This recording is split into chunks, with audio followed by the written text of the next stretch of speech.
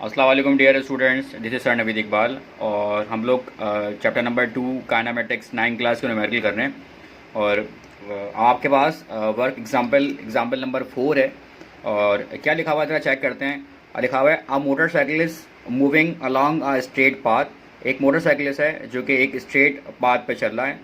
Applies a break, और अपने आप उसने ब्रेक अप्लाई कर दिया है। ठीक है ना। मैंने स्टूडेंट अपने लास्ट लेक्चर के अंदर आपको सारी ट्रिक्स बताई थी कि when a brake is applied जब होती है तो उसका मतलब क्या होता है एंड एक्सेट्रा। आप अगर आपने वो लेक्चर नहीं देखा तो काइंडली आप वो मेरा लेक्चर देख लें ताकि आपको चीज़ें समझ में आए। तो बता रहे हैं कि ब्रेक जो है अप्लाई हो गया है to slow down from a 10 metre per second to 30 metre per second. और जो वेलोसिटी है वो 10 मीटर पर सेकेंड थी पहले है, और वो कितनी हो गई है 3 मीटर पर सेकेंड पे जा चुकी है। ठीक है ना। तो हम लोग ये दोनों बातें यहाँ पे लिख लेते हैं। सबसे पहले डेटा की हम लोग हेडिंग लगाते हैं।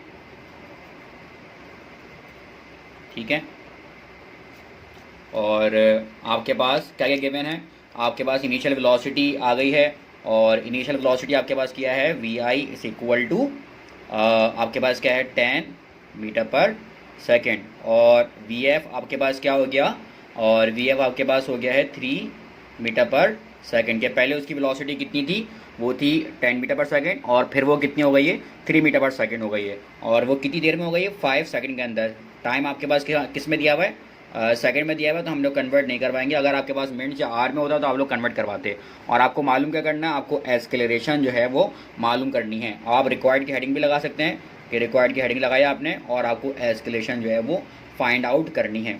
अच्छा, अब आपके पास जो कैलकुलेशन के अंदर जो आपके पास फार्मूला है वो आपके पास क्या है, v f is equal to v i plus a t. क्यों लगाया मैंने यार फार्मूला, अब जरा देखें। आपको वी एफ मालूम है, जी हाँ मालूम है। आपको वी आई मालूम है, जी हाँ बिल्कुल मालूम है। अगर आपको अब आपको ए मालूम है, जी नहीं हमको ए मालूम नहीं है, ए ही हमें निकालना है। और टी मालूम है, जी हाँ टी मालूम है। अगर कोई ऐसा फार्मूला है जिसके अंदर आपको एक चीज़ मालूम नहीं होती, बाकी सारी चीज़ें मालूम होती हैं, तो वही वाला फार्मूला आपको वहाँ पर वो लग रहा होता है। तो हम लोग अब इसको ड्राइव कर लेते हैं। हमें ए मालूम करना है तो ए को हाथ ही लगाएंगे, बाकी सारी चीज़ों को हम लोग जो है वो आगे पीछे कन्वर्ट करते रहेंगे। तो वी आई यहाँ पे प्लस में था, वहाँ पे जाएगा तो माइनस में होगा। ये हो जाएगा आपके पास v f minus v i is equal to a multiply by T.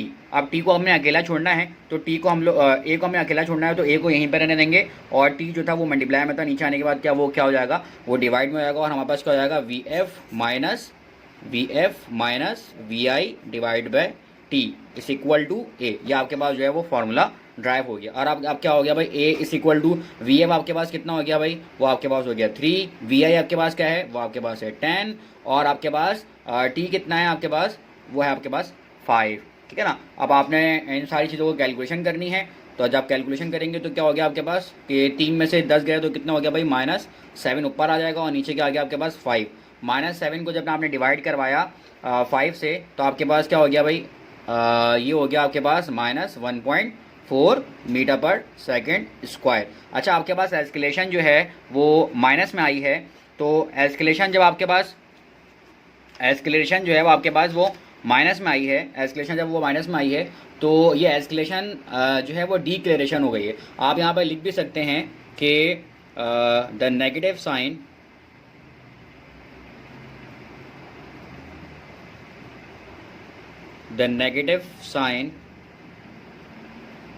shows that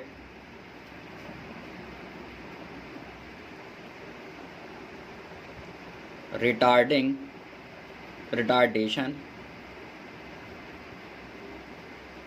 in opposite direction.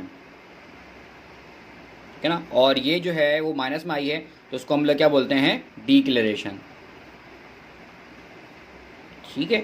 तो डियर स्टूडेंट्स, आप लोगों को ये न्यूमेरिकल समझ में आया होगा। और मिलते हैं अपने कोई दूसरे न्यूमेरिकल के अंदर, जब तक कि अपना